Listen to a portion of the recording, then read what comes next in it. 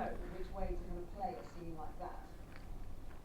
I don't know. I mean, that took a long time to shoot that scene. Paul really kind of wanted to try a lot of different things, and it was clear that he was also going after what it's like to be high, and communicate that. I mean, because that's part of it. These people have completely lost control. It's as the movie starts, as these sort of stars, these porn stars, kind of go into decline, as the video. When you cut outside that scene, you cut outside to a group of women in the early, I think it's supposed to be like the very early 80s when the so-called pro-am movement was happening. So you see people shooting on video because drugs have kind of taken over what's happening with this group.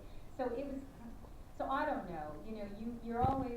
Basically what I'm trying to say is you're always working in context.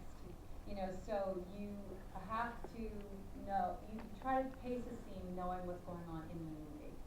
So we're doing this kind of like pathos, high drama thing, but in the meantime, something so-called historical is going on in the film where it's cutting back and forth. So that's how you kind of pitch the scene.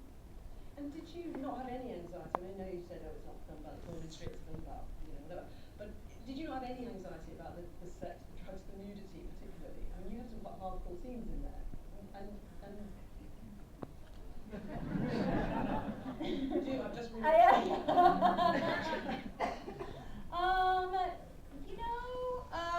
I don't have a problem doing. I think it's if you're trying to tell a story about something, then that's what you're doing. You're telling the story. I think it's important not to be coy. If it's a movie about the porn industry and people within it, then yes, you're going to see that kind of stuff.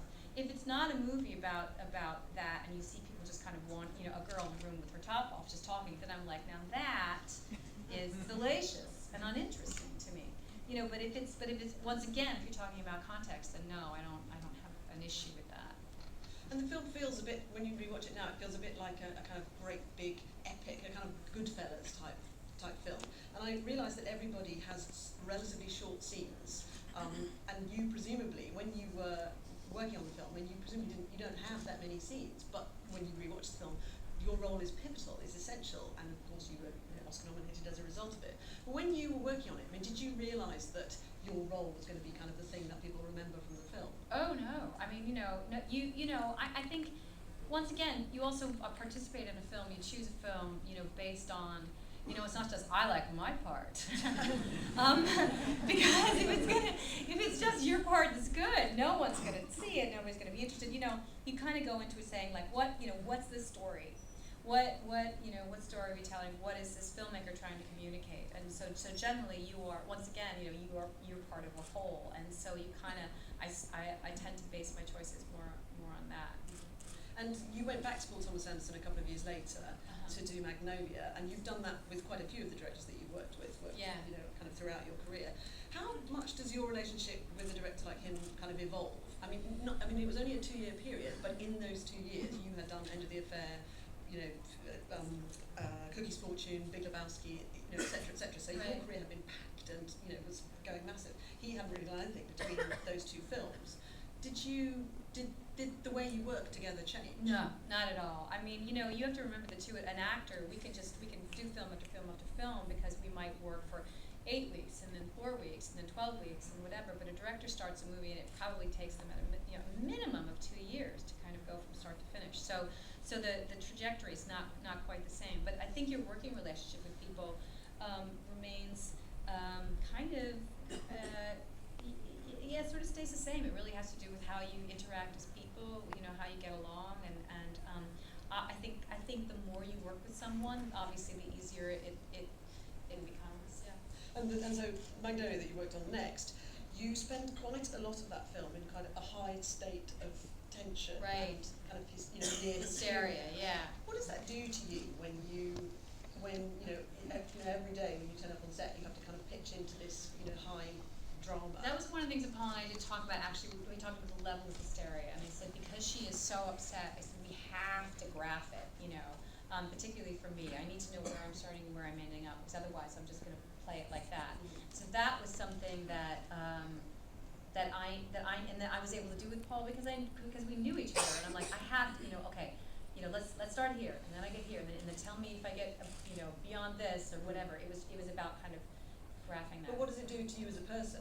I mean, can you just put it off at the end of the day and go home and be like, Oh, yeah. they met the I always say, you know, I think it's, I mean, especially now, I have two children, a 7-year-old and an 11-year-old, and I think at the time, my son, my gosh, it was so long ago, my son was a year old. So if I mean, not even just the end of the day, but at the end of the scene, you know, I would walk off the set and pick him up and go back to doing whatever I was doing with him. You know, you don't have the luxury of sitting around saying, "Oh, I'm in character. I can't take care of my child." You know, it's. I think it's important to know. I was talking to a journalist today who was talking about that kind of thing, and he said, "What do you know, what does it teach you when you are, you know, do you become a different person? What do you? I mean, there's so much to learn about behavior, and that's really exciting as a person and as an actor. But I said, you cannot ever presume as an actor that you know something because you've acted it. You are pretending, you know, and that's, so if somebody says, I really know what it's like to be a doctor, they're lying. They don't know.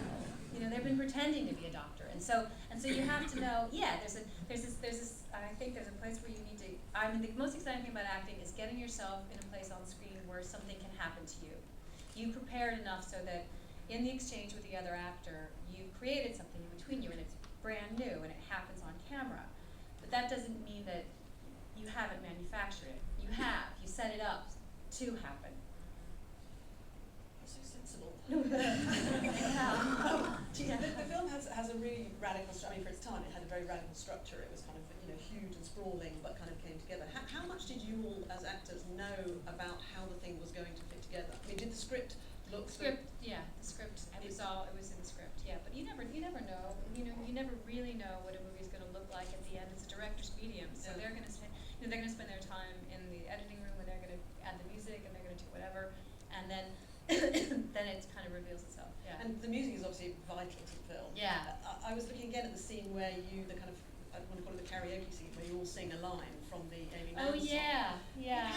How on earth did you think that was going to work in the way that it did? It was one of the most powerful scenes in the film, but surely on paper that must have just been a terribly sort of daring thing to do. I don't know. You know, it'll sound silly to say that's not my job, but it isn't. You know, I mean, my job is to be, you know, I'm there to facilitate what the director wants. You know, I mean, I bring my part to it, I bring my acting part to it, and then they bring their directing part. You know, we kind of meet in the middle. So it's not like, you know, a director's not there to be an acting coach. I always say that too. I think people kind of make that mistake. The director is there to direct the audience through the movie. So my job is to kind of figure out the acting and do the singing in the car if I need to. And then the director's job is to kind of, you know, play through it. So does that mean that you have to prepare to fail if need be, if some of those things don't come off?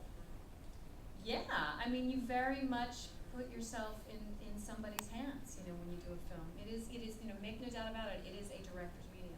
Are there roles that you've had which you think have failed? You know, things, perhaps things that you. No,